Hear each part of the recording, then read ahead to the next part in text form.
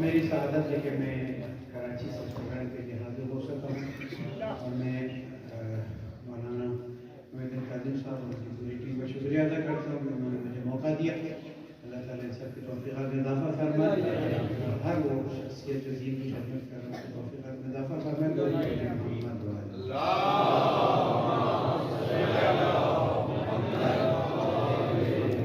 عام طور پر میں پنجاب والوں سے شکایت نہیں کرتا، ایک محسوس ضرور ہوتا ہے کہ جب تھکے ہوئے ہوتے ہیں تو درود بہت آہستہ پڑھتے ہیں۔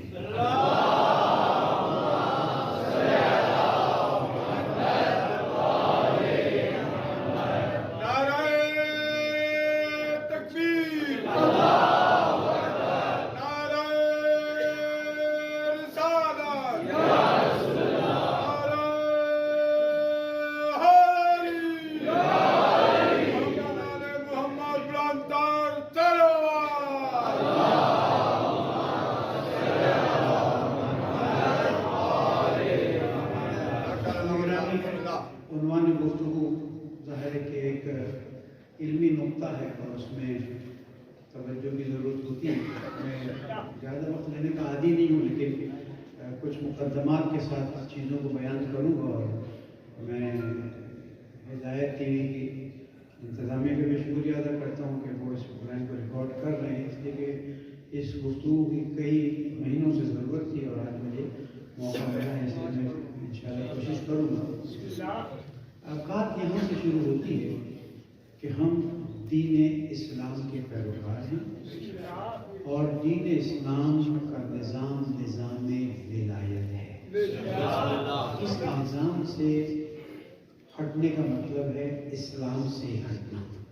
اس پہ ہمارا اور آپ کا اتفاق ہے، کیونکہ جو میں گفتگو کر رہا ہوں وہ نظام ولایت کی بنیاد پر گفتگو کر رہا ہوں، اور میری گفتگو کی بنیاد قرآن ہے، اقوال رسول اکرم ہے، اور ائمہ معصومین علیہ السلام کے ارشادات ہیں۔ ہو سکتا ہے میں ان کے ریفرنس نہ دوں، لیکن میرے پاس ان تمام باتوں کے ریفرنس موجود ہیں، اس لیے کہ میں تقریباً پچھلے 20-25 سال سے اسلامی اقتصادیات، فائنینس، بینکنگ، تکافل پر کام کر رہا ہوں، اور الحمدللہ آپ لوگوں کی محبت سے میں تقریباً یہ 12واں یعنی چوتھا دور ہے اور 12واں سال ہے کہ اسٹیٹ بینک کا شرعی ایڈوائزر بھی ہوں، اور کی نمائندگی کرتا ہوں بعض انشورنس کمپنی میں ایڈوائزر۔ گفتگو کا عنوان یہاں سے شروع ہوتا ہے کہ دنیا میں سوشلزم اور امپیریلزم جو اپنی طاقتیں دکھاتی رہی ہیں، ان کی بنیاد یہ ہے، امپیریلزم کی بنیاد یہ ہے کہ جو چیز جس کے پاس ہے وہ اس کی ہے۔ یہ ایک نقطہ آپ کے ذہن میں رہنا چاہیے، جو چیز جس کے پاس ہے وہ اس کی ہے۔ امپیریلزم کا یہ عنوان آج بتا رہا ہے کیا حالات ہیں۔ سوشلزم کا عنوان تھا، اب تو قبرستان میں ملتا ہے تاریخ میں، کہ جو چیز ہے وہ حکومت کی ہے اور ذاتی کوئی ملکیت نہیں۔ اسلام بتفصیل اہل بیت علیہ السلام کا عنوان یہ ہے، وَلِلَّهِ مَا فِي السَّمَاوَاتِ وَمَا فِي الْأَرْضِ، جو کچھ آسمانوں میں ہے اور جو کچھ زمینوں میں ہے، یہ صرف اور صرف اللہ سبحانہ و تعالیٰ کا ہے۔ اگر اس کو ہم نے ذہن نشین کر لیا تو آگے کی ساری چیزیں ہمارے لیے آسان ہو جاتی ہیں۔ ہم یہ سمجھتے ہیں کہ ہم محنت کرتے ہیں، اس محنت سے جو ہمیں ملتا ہے وہ ہماری ملکیت ہے۔ ملکیت وہ ہوتی ہے کہ جو انسان پورا اختیار اس پر رکھتا ہو اور کوئی اور اختیار نہ رکھتا ہو کہ اس سے چھین لے۔ پھر سے عرض کروں، مجھے معلوم ہے گہرائی کی بات ہے، توجہ اور جوانوں کو دیکھ کر اور اچھا لگ رہا ہے کہ وہ بہتر سمجھیں، لیکن ملکیت کا مطلب یہ ہے کہ یہ جو انگوٹھی ہے اس پر میرا پورا اختیار ہے اور کوئی مجھ سے چھیننے کا اختیار نہیں رکھتا۔ ہمارے ہاں ہے کہ یہ میرے پاس ہے، ملکیت اللہ سبحانہ و تعالیٰ کی، جب چاہے جیسے چاہے وہ لے بھی سکتا ہے اور حکم بھی دے سکتا ہے کہ اسے واپس دے۔ جب ہم اللہ تعالیٰ کی ملکیت کو مان لیتے ہیں تو پھر اللہ تعالیٰ فرماتا ہے کہ دیکھو وَأَنفِقُوا مِمَّا رَزَقْنَاكُمْ، اگر سورہ منافقون کی آخری آیات کی طرف توجہ کریں، وَأَنفِقُوا مِمَّا رَزَقْنَاكُمْ، اور جگہوں پہ بھی آیا ہے لیکن یہاں پر ذرا سمجھنے میں آسانی ہوگی، وَأَنفِقُوا مِمَّا رَزَقْنَاكُمْ مِن قَبْلِ أَن يَأْتِيَ أَحَدَكُمُ الْمَوْتُ، آگے کی بات ابھی، اس سے پہلے کہ موت آئے جو میں نے تمہیں دیا ہے وہ تم اللہ کی راہ میں خرچ کرو، یعنی دیا وہ میں نے، جب تک تمہاری سانس ہے تب تک تمہاری ملکیت ہے، جہاں تمہاری سانس بند ہونا شروع ہوئی وہاں سے میں ملکیت بدلنا شروع کر دیتا ہوں۔ فتویٰ ہے کہ انسان اگر اپنی موت کے آثار دیکھ کر اپنا مال کسی کو بخش دے تو وصیت قبول نہیں ہے، صرف 1/3 میں سے استعمال کیا جائے گا، 2/3 وارثوں کو دیا جائے گا۔ مشکل تو نہیں ہوئی میری بات سمجھنے؟ پتہ چلا کہ ہمارا اختیار اس وقت تک ہے کہ جب تک موت کے آثار خطی ظاہر نہ ہو جائے۔ اگر موت کے آثار ظاہر، کیا بتانا چاہ رہا ہوں، مال اللہ سبحانہ وتعالیٰ کا ہے، استعمال کا اختیار اللہ تعالیٰ نے ہمیں دیا ہے، اور اس استعمال کی اختیار میں بھی اللہ تعالیٰ نے فرمایا ہے کہ جہاں جہاں خرچ کرنے کا کہوں وہاں خرچ کر لو، اس کے علاوہ مال تمہارا۔ اب جب ہم سورہ بقرہ کی ابتدائی آیتیں پڑھتے ہیں، بسم اللہ الرحمن الرحیم، الف لام میم، ذالک الکتاب لا ریب فیہ ھدی للمتقین، پہلا عنوان آیا، یہ کتاب ہدایت ہے متقین کے لیے۔ ایک یہ لفظ یاد رکھ لیجیے، الذین، متقین کی تعریف، الذین یؤمنون بالغیب ویقیمون الصلاۃ ومما رزقناہم ينفقون۔ یہ ہدایت متقین کے لیے، تقویٰ کی سادہ تعریف استاد محترم آیت اللہ شیخ محمد حاجی معرفت علی اللہ مقاموں نے بہت ہی سادہ تعریف بتائی۔ اس وقت آپ جب ایک درس میں بیٹھے ہوئے ہیں، اتفاقاً اس میں اتفاق مسجد بھی ہے، نہ کوئی سگریٹ پی رہا ہے، نہ کوئی پان چبا رہا ہے، نہ کوئی خدا نخواستہ ادھر ادھر دیکھ رہا ہے، ساری توجہ بولنے والے پر ہے، یعنی جو بول رہا ہے اس کا آپ احترام کر رہے ہیں، اس کو ایک طرح سے تقویٰ کہا جاتا ہے، محفل کا۔ اللہ تعالیٰ قرآن مجید میں تقویٰ کا جو لفظ استعمال فرماتا ہے وہ صرف اس معنی میں استعمال کرتا ہے جو ہماری سمجھ میں آئی ہے، کہ وہ لوگ کہ جو اللہ کا احترام کرتے ہیں۔ بہت سے معنی کیے گئے تقویٰ کے، میں اس میں نہیں جاتا، میرے پاس ٹائم نہیں۔ ذالک الکتاب لا ریب فیہ ھدی للمتقین، اب یہاں پر متقین کی جگہ جو اللہ کا احترام کرتے ہیں۔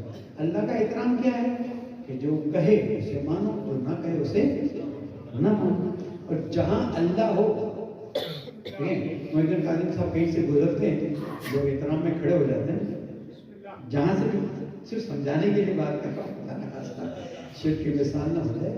اللہ تعالیٰ فرماتا ہے تم میری مسجد کا احترام کرتے ہو، نماز کا احترام کرتے ہو، میرے قرآن کا احترام کرتے ہو، جو دین کے مقدسات ہیں ان کا احترام کرتے ہو، میرا احترام کب کرو گے؟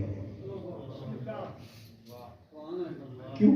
اس لیے کہ اللہ تعالیٰ فرماتا ہے میں تو ہر جگہ ہوں، ہر جگہ تمہیں دیکھ رہا ہوں، تمہیں سن رہا ہوں۔ تو یہ ہدایت ہے ان کے لیے جو متقی ہیں۔ تو اسلامی اقتصاد کی پہلی بنیاد تقویٰ ہے۔ کوئی کسی طرح سے بات شروع کرے تو میں یہی سے شروع کروں کہ جب تک ایک شخص اللہ کے احترام کا قائل نہیں ہوگا اس وقت تک نہ وہ اسلام میں باقاعدہ طور پر داخل ہے، نہ وہ اسلامی اقتصاد کو سمجھ سکتا ہے، نہ اس پر عمل کر سکتا ہے۔ اور تقویٰ کی بنیادوں میں ایک بنیاد یہ ہے کہ ہر چیز ما فی السماوات و ما فی الارض، جو کچھ زمین میں ہے، جو کچھ آسمانوں میں، سب کچھ اللہ۔ یہاں اگر آپ کو بات سمجھ آ گئی تو پھر اللہ تعالیٰ فرماتا ہے وہ ہیں جو الذین یؤمنون بالغیب، تم نے دیکھا نہیں اللہ کو، اس پر ایمان لیا ہے، وَيُقِیمُونَ الصَّلَاةَ، اور نماز بھی پڑھنے لگے۔ ہماری گفتگو اس تیسرے نقطے میں وَمِمَّا رَزَقْنَاهُمْ يُنْفِقُونَ، جو تمہارے پاس آتا ہے، جو کچھ تمہارے پاس آتا ہے وہ میرا دیا ہوا ہے، میں مالک ہوں، تمہیں اختیار دیتا ہوں۔ اگر تم مالک ہو تو فرعون بھی مالک تھا، حامان بھی مالک تھا، شداد بھی مالک تھے، وہ اپنے مال کی وجہ سے اپنے آپ کو زندہ بچا لیتے نا، نہیں بچا سکتے۔ یہ تو ہمارا بدن بھی ہمارا بدن نہیں۔ اب یہاں پر وَمِمَّا رَزَقْنَاهُمْ يُنْفِقُونَ کی جب بات آتی ہے تو اسلامی اقتصاد کی بنیاد یہ ہے کہ انسان کو اپنی روزی کمانے کے لیے محنت کرنی ہوگی، اور اسی لیے حدیث میں آیا ہے القاد، وہ شخص جو محنت کرتا ہے، مشقت کرتا ہے، الفاظ میرے، مفہوم میرے، اپنے گھر والوں کے لیے وہ ایسے ہے جیسے اللہ کی راہ میں جہاد کرنے والا ہے۔ ہمارے یہاں جہاد کے مفہوم کو بدل دیا گیا ہے۔ جب انسان صبح گھر سے نکل رہا ہے اسے چاہیے کہ نیت کرے، قربتاً اللہ، وضو کر کے نکلے، اس لیے کہ اب عبادت کے لیے نکل رہا ہے۔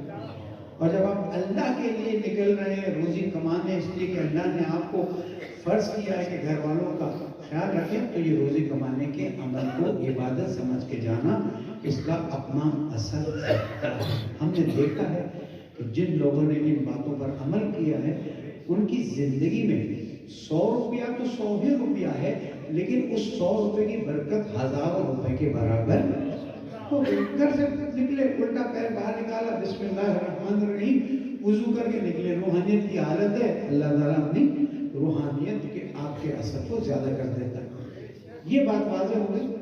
اب اللہ تعالیٰ فرماتا ہے کہ جب تم مال کماتے ہو تو وہ کس چیز سے کماتے ہو؟ کس چیز سے کماتے ہیں مال؟ اپنے ہاتھ سے، اپنے پیر سے، اپنی آنکھوں سے، اپنی محنت سے۔ اللہ تعالیٰ فرماتے ہیں یہ جو تم اپنا اپنا کر رہے ہو اس کا دینے والا بھی میں ہی ہوں۔ لیکن کل صبح جب کام پہ جائیں گے تو بات وہی ہے، سمجھنے کا طریقہ الگ ہو جاتا ہے۔ جب آپ اس نیت سے نکلتے ہیں کہ اللہ کے حکم کے مطابق جا رہا ہوں اور اللہ سے برکت حاصل کرنی ہے، تو اب آہستہ آہستہ ہم اس بات پر آتے ہیں کہ جو پیسہ میرے پاس آیا ہے اس پیسے کو کیسے استعمال کرنا ہے۔ میں اسلامی اقتصاد کی بنیاد لوگ الگ الگ طریقے سے سمجھاتے ہیں، میں اس طرح سے سمجھاتا ہوں، اس لیے کہ بہت زیادہ علمی گفتگو کرنے کا موقع نہیں ہے۔ اب جب مجھے تنخواہ ملی یا میری فصل کٹی یا مجھے کچھ بھی ملا، بزنس میں فائدہ ہوا، تو اب جو مال ملا ہے اس مال میں ایک حصہ تو میرے بیوی بچوں کا ہے، دوسرا حصہ وہ ہے جس کو اللہ تعالیٰ نے فرض کیا ہوا ہے، اور یہ آپ سب جانتے ہیں زکوٰۃ ایک اہم عنوان ہے، زکوٰۃ بہت اہم عنوان ہے، اور اگر خدا نخواستہ کوئی زکوٰۃ نہیں دیتا ہے تو اللہ تعالیٰ فرماتا ہے سورہ توبہ میں الذین یکنزون الذهب والفضہ، وہ لوگ جو سونے اور چاندی کو دبا دبا کے رکھتے ہیں اور اللہ کی راہ میں اسے نہیں دیتے، تو قیامت کے دن فتقطع جباہہم وجنوبہم، اسی سونے چاندی کے مہر بنا بنا کر ان کے سائڈوں پر اور ماتھے پر سٹیمپ لگائے جائیں گے۔ یعنی یہ جو پیسہ جمع کرنے کے چکر میں تم آتے ہو یہ تمہارے لیے زیب نہیں دیتا ہے، اس لیے کہ تمہارا پیسہ جمع کرنا تمہیں کام نہیں دے سکتا ہے۔ جو حکم دیا ہے اس کے مطابق عمل کرو، برکت ہو جائے۔ اس لیے زکوٰۃ نہ دینے والا گناہ گار ہے اور زکوٰۃ کا منکر کافر ہے، یہ بات بالکل۔ پھر اگلی ڈیوٹی آ جاتی ہے خمس کی، کہ جب آپ نے سب دے دیا، سب خرچ کر لیا سال بھر کے بعد، اور اب آپ کے پاس جو بھی بچا ہے 20% آپ اس طرح سے استعمال کریں گے جس طرح اللہ اور اس کے رسول نے حکم دیا. اور غیبت کے زمانے میں ہم اس وقت حاکم شرع کے اختیار سے اسے استعمال کرتے ہیں. جس کو ہم تقلید کرتے ہیں، ہم دراصل حقیقت اس وقت خمس حاکم شرع کے عنوان سے دیتے ہیں. اس کی جزیات میں بھی مجھے نہیں جانا. اب ہم آگے آتے ہیں. اب جو پیسہ بچا ہے اس پیسے کا کیا کرنا ہے، اس پیسے کے بارے میں ایک اور چیز اللہ تعالیٰ نے بتائی، دو چیز اور بتائی، پھر میں اقتصادی مسائل کی طرف آتا ہوں. ایک چیز ہے من ذا الذی یقرض اللہ قرضا حسنا. میں آج یہاں پر ایک بات بالکل واضح کر دوں، اور سوالات آئیں تو لکھ لیجیے تاکہ میں 2-4 منٹ سوالات کے جواب بھی دے سکوں. دیکھیں ہمارے یہاں قرض الحسنہ دینا بہت بڑی عبادت ہے. معصوم فرماتے ہیں قرض الحسنہ دینا 18 یا 19 ثواب رکھتا ہے، صدقہ دینا 1 ثواب رکھتا ہے. اس لیے کہ قرض الحسنہ جب واپس آئے گا پھر کسی کے کام آ سکتا ہے، صدقہ جو ہے وہ دے دیا گیا. تو اب اگر آپ کے پاس اختیار میں ہو کہ آپ قرض الحسنہ دیں یا صدقہ دیں تو قرض الحسنہ کا نظام ہم نے انقلاب اسلامی ایران سے اس کو سمجھا. اور جب ہم نے کراچی میں قرض الحسنہ کی اسکیم کو چلایا تو پتہ چلا کہ بہت سے لوگوں کی روزگار صرف اس لیے پھنسی ہوتی ہے کہ چھوٹی چھوٹی رقمیں انہیں نہیں ملی ہوتی. فیلن اس پر بات نہیں کرنی ہے. بہت اچھا ہو ہر علاقے میں ایک قرض الحسنہ کا سسٹم چلے. قرض الحسنہ کا مطلب کیا ہے؟ دیکھیں ہمارے یہاں ایک غلط فہمی ہے. قرض الحسنہ کا مطلب یہ نہیں ہے کہ جب آپ دے رہے ہوں تو آپ ہنس رہے ہوں اور جب مانگیں تو وہ ہنس رہا ہو. جب بھی آپ مانگیں تو انشاءاللہ دے دیں گے. یہ غلط مفہوم ہے. قرض الحسنہ کا مطلب یہ ہے آپ کسی کو قرض دے رہے ہیں اس شرط کے ساتھ اس تاریخ کو اتنا ہی پیسہ واپس دیں گے.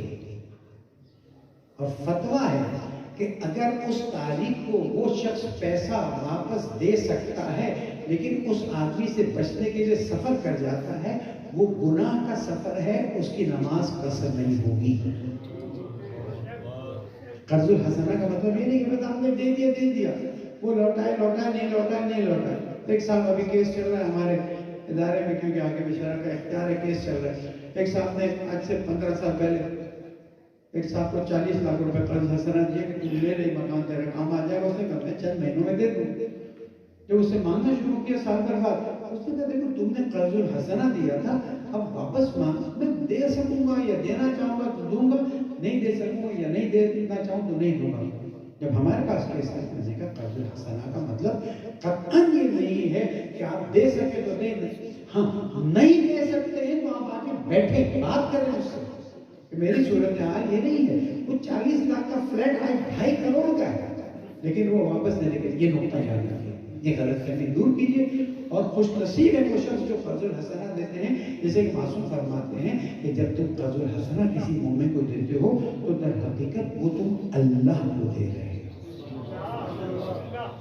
اس کا ثواب اتنا ہے آپ تصور نہیں کر سکتے. لیکن کیونکہ میری گفتگو کا عنوان ذرا آگے بڑھنا ہے اور آج کے کچھ مسائل بتانے ہیں. دوسری چیز ہے صدقہ. صدقے 2 قسم کے ہیں، ایک واجب صدقہ ہے، ایک مستحب صدقہ ہے. واجب صدقہ ہم زکوٰۃ کے عنوان میں استعمال کرتے ہیں جو غیر سید کو نہیں دے سکتے. جیسے فطرہ، یہ بھی زکوٰۃ کی ایک قسم ہے. غیر سید کو نہیں دے سکتے ہیں. اور صدقے کے ابواب میں اتنی حدیثیں آئی ہیں کہ ایک پورے دن کا سیشن چلے کہ صدقے کے کتنے ثواب ہیں. یاد رکھیے گا. معصوم فرماتے ہیں، خلاصہ دیتا ہوں، اپنی بیماریوں کا علاج صدقے سے کرو، اپنی موت کا علاج صدقے سے کرو، حادثات کا علاج صدقے سے کرو، مصیبت کا علاج صدقے سے کرو. اتنا آیا ہے کہ انسان کوشش کرے کہ ہر وقت کچھ نہ کچھ اللہ کی راہ میں صدقہ دیتا رہے تاکہ کسی طرح سے اس سے وہ بلائیں مصیبتیں دور ہو جائیں. حتیٰ آیا ہے کہ جو آپ اپنی بیوی بچوں کو دیتے ہیں اللہ کی رضایت کی خاطر، اسے بھی ایک طرح سے اللہ تعالیٰ صدقہ حساب کرتا ہے اور آپ کو اس کا ثواب دیتا ہے. درود پڑھ لیں.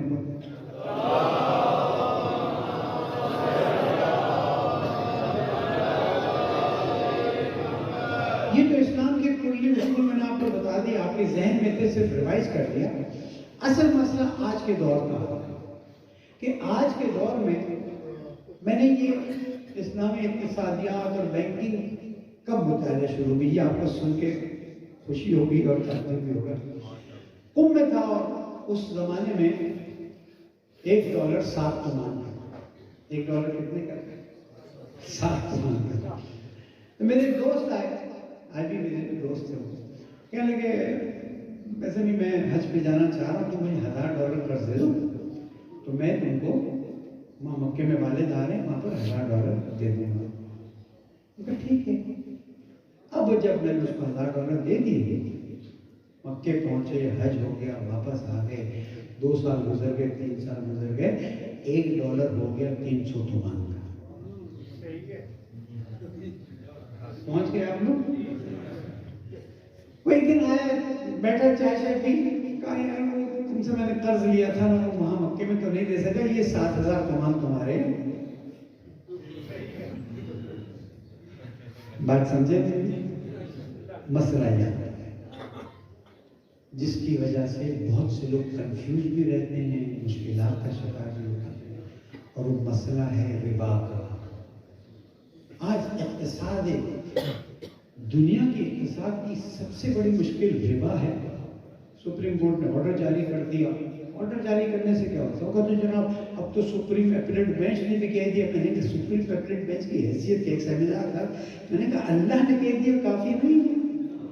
جب تم سپریم اپیلیٹ بینچ کی بات کرتے ہو, اللہ نے حرام کر دیا, اللہ سے جنگ. اب ربا کی تعریف کیا ہے آج ہم آپ کو یہ سمجھا سکیں تاکہ آپ کی زندگی میں کچھ آسانی آ جائے. ربا کی تعریف ایک تول اور کیا کہتے ہیں وزن اور ناپ ہوتا ہے, وہ دودھ نکالنے کا وزن ہوتا ہے, دوسرے ہوتے ہیں, ایک مائع کا تولنا اور ایک وزن کر کے تولنا. اس کی بات ابھی میں نہیں کرتا اس لیے کہ آج کل ہماری زندگی میں رائج نہیں ہے. ربا کیا ہے؟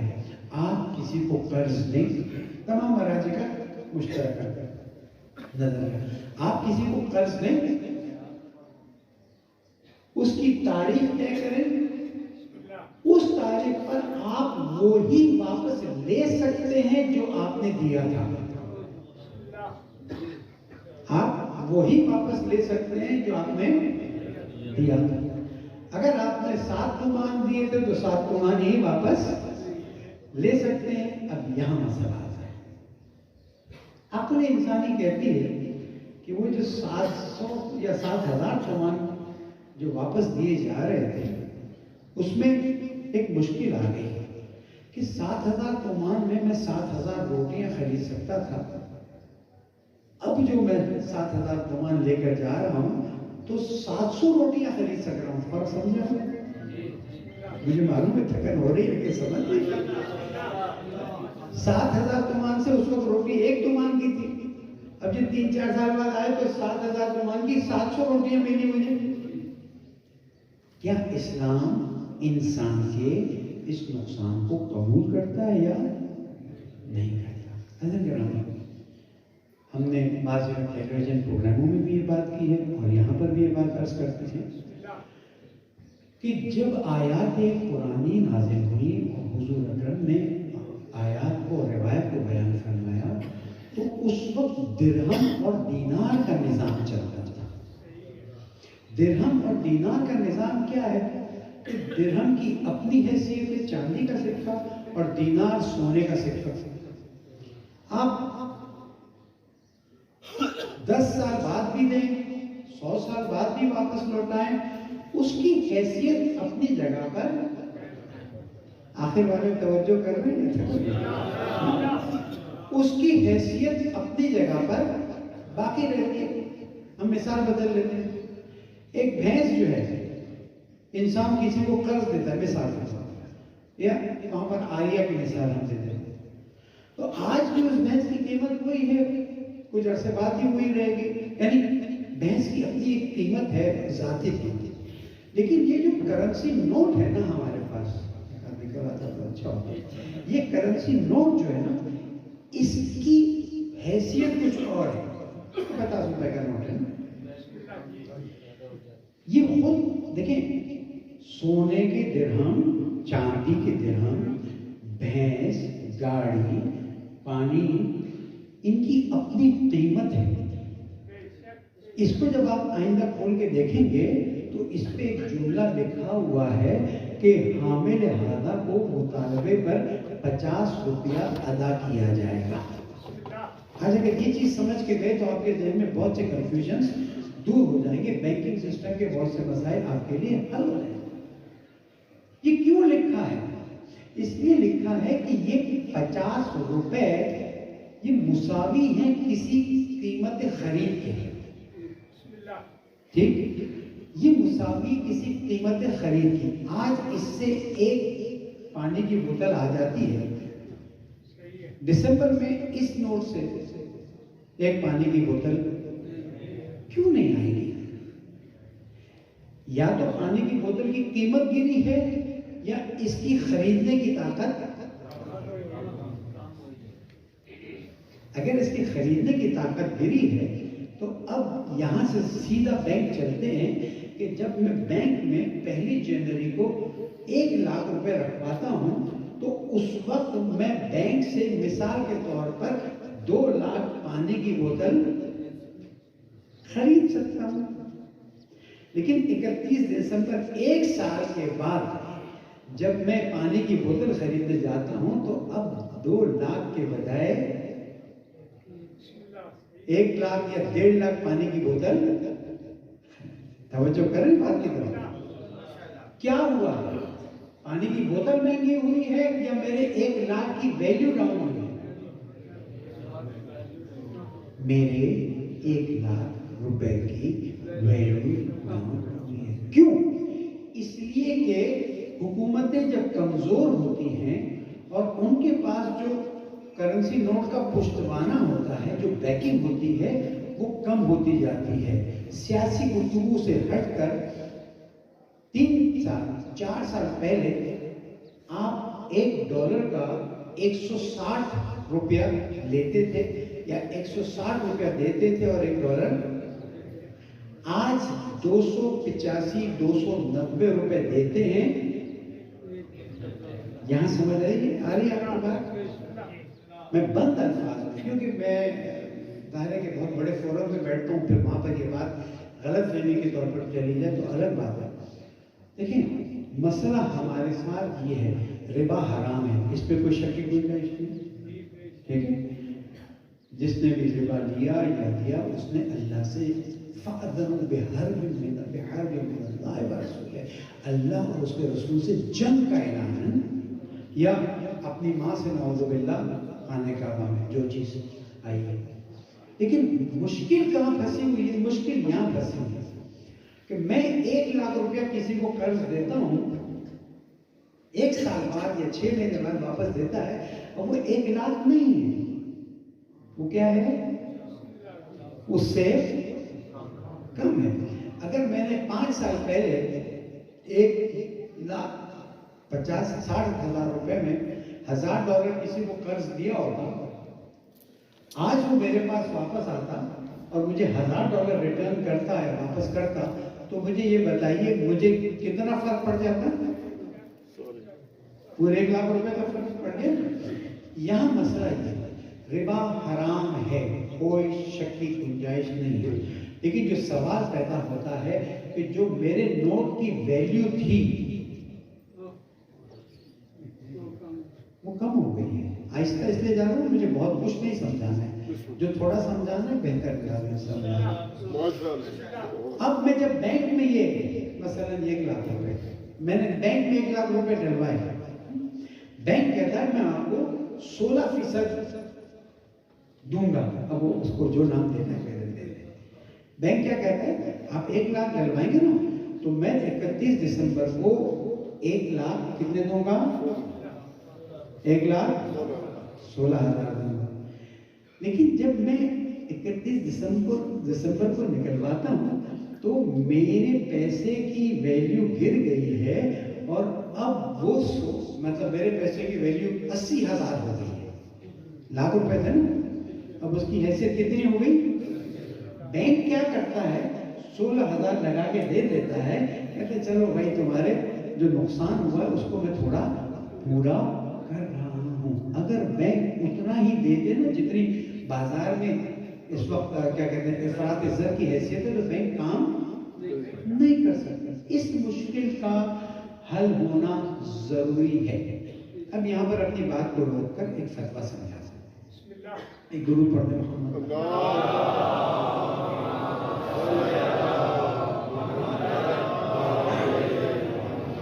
کیا بینک میں پیسے رکھوائیں تو اس پہ جو اضافی ملتا ہے وہ لے سکتے ہیں یا یہ مسئلہ ایسا ہے جو آج سب کے ذہن میں ہے. مراجع نظام فرماتے ہیں. میں آپ کو ایک مثال دیتا ہوں. ایک صاحب کو کسی نے کہہ دیا کہ بینک میں پیسے ڈلواؤ گے تو سارا حرام کا ہو جائے گا. 32 لاکھ روپے اس کی پینشن آئی. اس نے اپنی بیوی سے کہا اس کو تھیلے میں بند کرو. بند کر کے ریفریجریٹر ڈیپ فریزر میں گوشت کے پیکٹوں کے نیچے دبا دیا. کب سے ضرورت ہوگی نکالیں گے اور چلے گئے زیارت پر. جب واپس آئے تو ظاہر بجلی تو ہوتی نہیں تھی. جتنا کچھ فریج میں تھا سب سڑ گیا. تو ظاہر بیگم کو تو یاد نہیں رہا کہ کیا ہوا کیا نہیں ہوا. بیگم نے سارا اٹھا کے. کیا اسلام اس بات کی اجازت دیتا ہے کہ آپ اپنے پیسے کا نقصان کریں؟ آگے والے تو بتا رہے ہیں, پیچھے والوں کو شک ہے.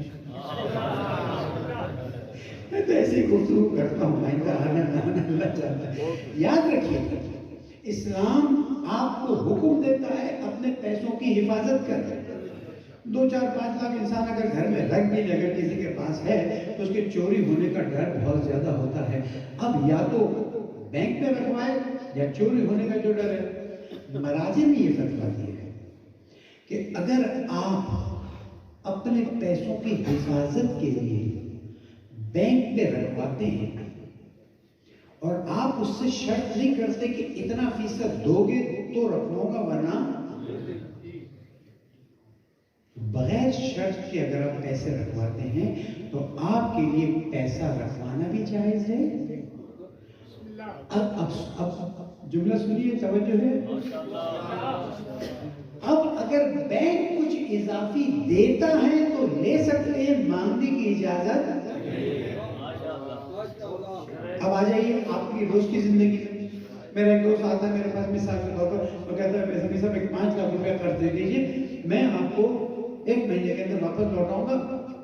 یہاں پر مستحب ہے کہ جب وہ 5 لاکھ واپس لوٹائے, کیا ہے کیا ہے مستحب ہے, ثواب. مستحب کسے کہتے ہیں کہ جو شعبان کے روزے رکھنے ہیں جو واجب نہیں وہ کیا ہیں. اللہ آپ کو توفیق دے.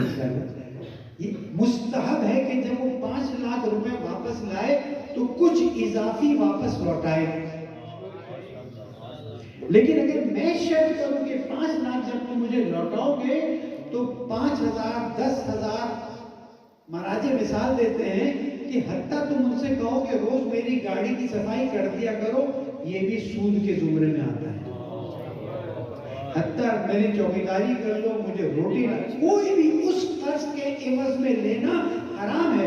لیکن اگر وہ 5 لاکھ روپے کے ساتھ آپ کو 50,000 روپے واپس لا کر دیتا ہے تو اس کے لیے یہ دینا ثواب, آپ کے لیے لینا جائز ہے. سمجھیے پھر کچھ سمجھیے. یرید اللہ بکم اليسر ولا یرید بکم العسر. اللہ آسانی چاہتے ہیں, مشکل نہیں چاہتے. کیا اللہ کو نہیں پتا تھا کرنسی نوٹ کا زمانہ آئے گا اور کرنسی نوٹ بھی ایسی کہ جو روز برف کی طرح پگھل رہی ہے. یہ بلا ہے ہمارے سر پر. یہ کرنسی نوٹ ہمارے سر پر بلا ہے. اس کی قیمت یہ جان بوجھ کیسے بنائی گئی ہے کہ لوگوں کے پیسے آہستہ آہستہ چوستے جاؤ تاکہ لوگوں کی قوت خرید کمزور ہوتی جائے. تو شریعت آپ کو مصیبت میں نہیں ڈالتی. پھر بتا دوں, اگر بینک میں رکھیں تو شرط نہیں کر سکتے کہ اتنا دو, لیکن اگر آپ واپس لیں اور وہ خود اپنی طرف سے آپ کو دیں تو آپ کا لینا جائز ہے. ایک مسئلہ حل ہو گیا. اب ہم آگے آتے ہیں. بینک سے قرض لینا.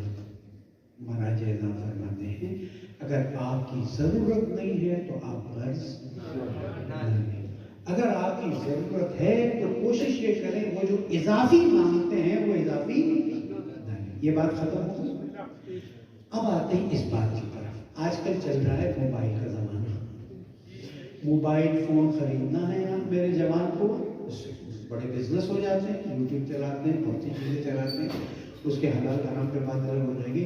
اسے 5 لاکھ کا موبائل خریدنا ہے، وہ جاتا ہے دکان پر اور سے سنیے اور جا کے کہتا ہے موبائل چاہیے.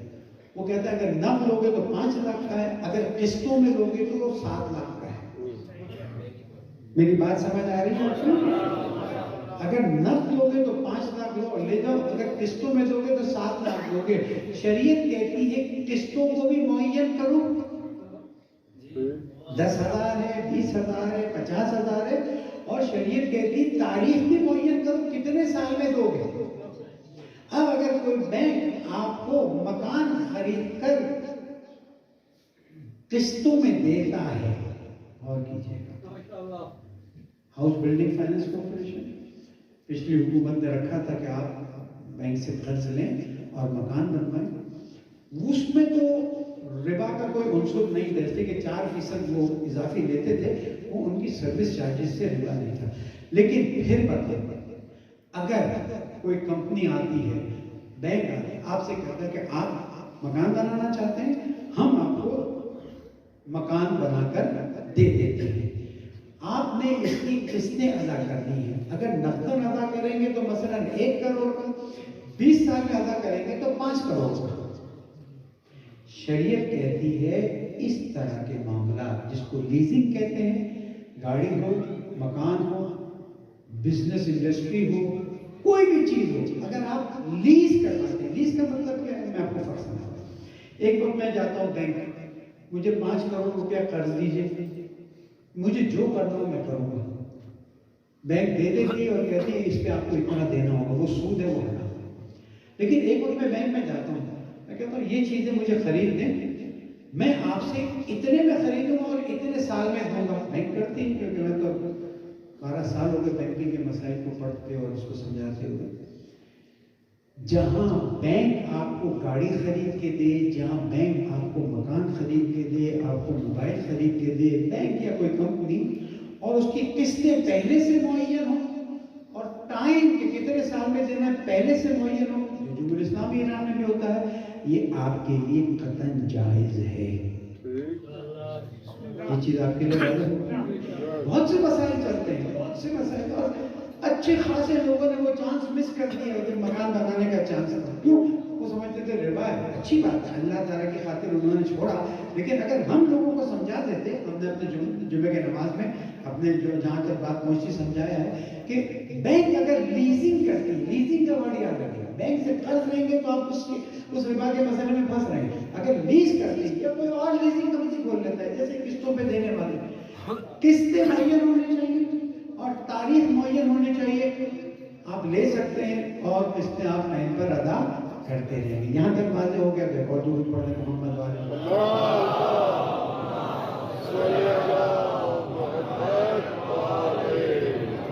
اس کے بعد ہم آتے ہیں اسلامک بینکنگ کی طرف. تو اسلامک بینکنگ میں تو خود ہی بہت سی چیزیں انہوں نے اس طرح سے کر دی کہ وہ سود کا کوئی سسٹم نہ ہو اور آپ آرام سے اسلامک بینکنگ میں آگے بڑھیں اور کوئی مشکل نہیں ہے.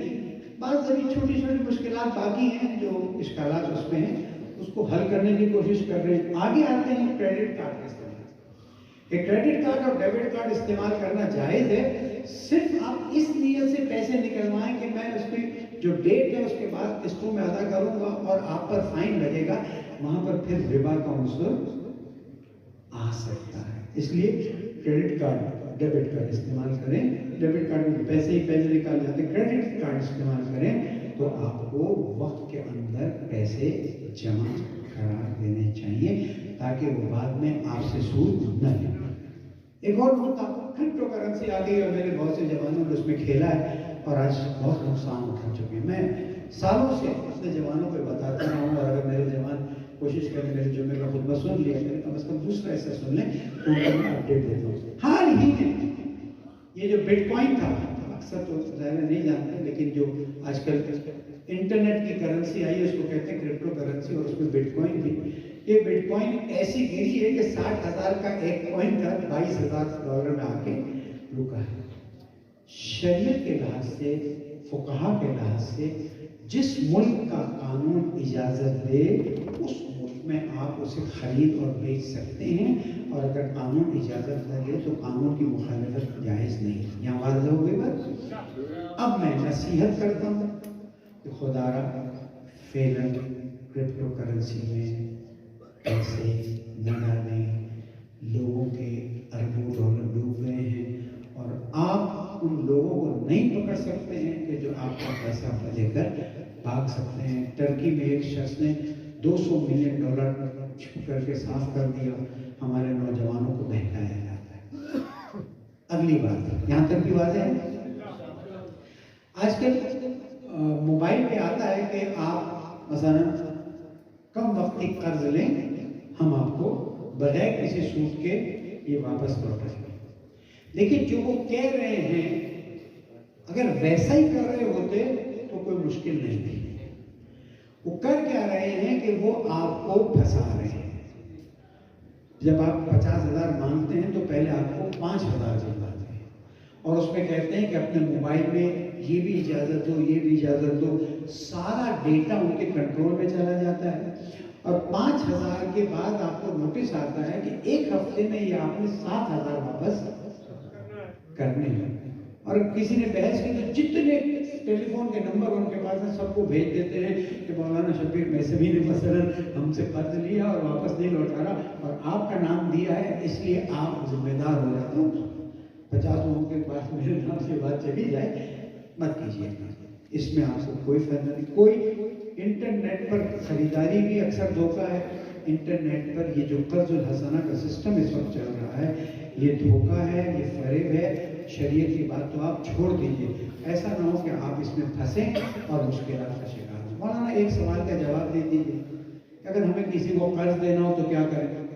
دیکھیں، اگر آپ بہت صاحب استطاعت ہیں تو اللہ کے نام پر پیسے دیں، اسی کی برکت دینے والا اللہ ہے، اور جب آپ قرض حسنہ دیتے ہیں تو اللہ تعالیٰ اتنا خوش ہوتا ہے، کیوں؟ جب مومن خوش ہوتا ہے تو اللہ خوش ہوتا ہے۔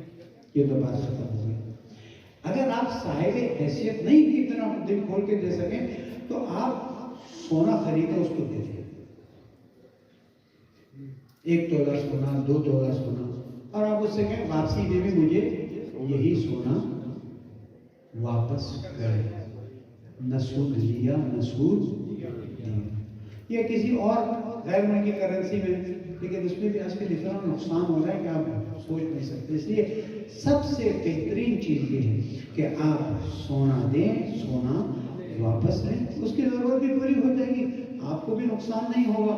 یہ جو سود لینے جاتے ہیں نا، بات سود پہ قرض لیتے ہیں، ان کی زندگیاں تباہ ہو جاتی ہیں۔ سود حرام ہے ہی اس لیے کہ سود دینے والا جو ہے وہ صرف اس پر بڑھاتا جاتا ہے اور لوگوں کی زندگیوں کو خراب کرتا جاتا ہے۔ اس لیے میں درخواست کروں گا کہ کچھ بھی ہو جائے، وہ جو ساہوکار سود پہ قرض دینے والے ہیں، اولاً آپ اللہ سے جنگ کر رہے ہیں، استغفر اللہ ربی واتوب الیہ، اور ثانیاً آپ اپنے آپ کو ایسے مسئلے میں پھنسا رہے ہیں جس سے نکلنے کا کوئی راستہ نہیں ہے۔ اللہ تعالیٰ آپ کی توفیقات میں اضافہ فرمائے۔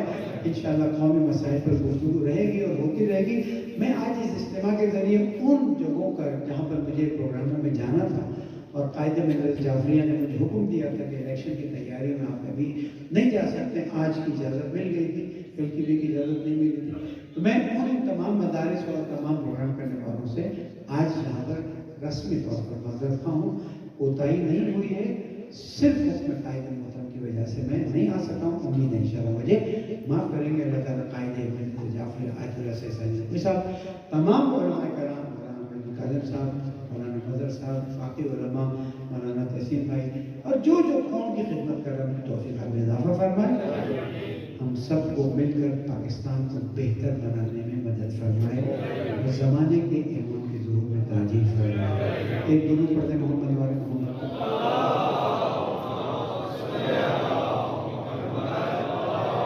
اگر کوئی سوال ہے تو 1 یا 2 منٹ میں کر لیجیے تاکہ انتظامیہ کی میرا نام ضلع اسنین ہے۔ یہ جو آج کل ہم آپ ایک کمپنی چلا رہے ہیں تو میں کہتا ہوں یہ 10 لاکھ لے لیں، انویسٹ کر لیں، اس بارے میں تھوڑی رہنمائی کرتے ہیں۔